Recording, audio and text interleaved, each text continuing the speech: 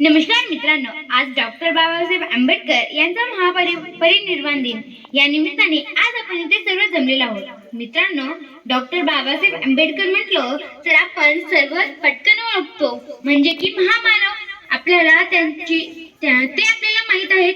कसं बरं?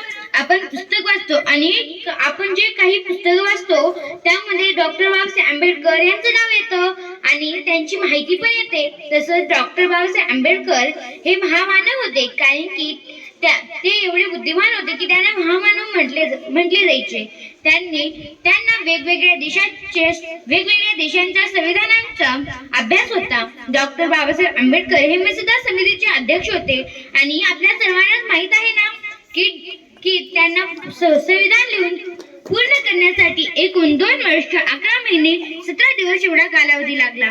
म्हणून मित्रांनो, बघा बरं, जर त्यांनी संविधान लिहिलं नसता तर आज आपला हा पूर्ण देश अस्तव्यस्त असता, कारण की जे काही नियम असतात ते नसते।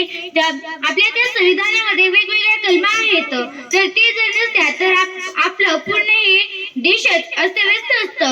काय कुठं काम चालू आहे आणि काय नाही हे कुणालाही कळणार नव्हतं। फक्त एका संविधानामुळे आपल्या देशामध्ये एवढा फरक पडला। डॉक्टर बाबासाहेब आंबेडकर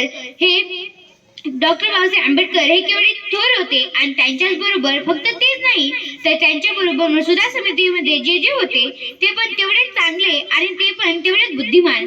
डॉक्टर बाबासाहेब आंबेडकरांनी फक्त आपल्या देशाच्या संविधानासाठी एवढा अभ्यास केला, स्वतःला पाणी दिलं नाही की जेवण सुद्धा दिलं नाही, कधी जेवण करायचे की कधी विसरून जायचे, एवढा त्यांनी अभ्यास केला। डॉक्टर बाबासाहेब आंबेडकर म्हटलं तर आपल्या लक्षात येतं की पुस्तकाचा सर्वात छान मित्र नाही तर त्यांचा सर्वात छान मित्र म्हणजे पुस्तक। म्हणून डॉक्टर बाबासाहेब आंबेडकर आपण जेव्हा पुस्तक वाचतो ना तेव्हा आपल्या लक्षातच येतात की डॉक्टर बाबासाहेब आंबेडकरांचा सर्वात छान मित्र म्हणजे पुस्तक। डॉक्टर बाबासाहेब आंबेडकर हे महात्मा फुलेंना आपले गुरु मानायचे। बघा बरं मित्रांनो, महात्मा फुलेंना जर डॉक्टर बाबासाहेब आंबेडकर आपले स्वतःचे गुरु मानायचे तर ते पण किती थोर असतील हे पण आपल्याला कळतं। म्हणून आज डॉक्टर बाबासाहेब आंबेडकर यांच्या महापरिनिर्वाण दिनानिमित्ताने आज आपण इथे जमलो आहोत। तर मित्रांनो, आजच्या दिवशी त्यांची पुण्यतिथी आहे, म्हणजे आजच्या या दिवशी ते आपल्यामधून गेलेत हे मला सांगताना फार वाईट वाटत आहे।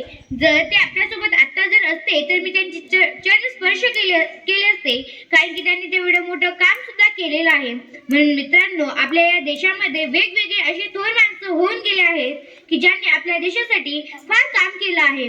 आपण अनेकदा भाषण ऐकतो तेव्हा काय येतं, डॉक्टर बाबासाहेब आंबेडकरांचं जर नाव येतं ना, म्हणून ते काय म्हणतात त्या भाषणामध्ये असं म्हणतात की हा महाराष्ट्र शाहू फुले आंबेडकर यांचा आहे।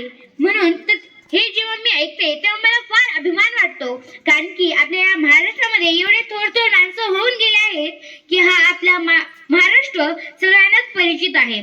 धन्यवाद।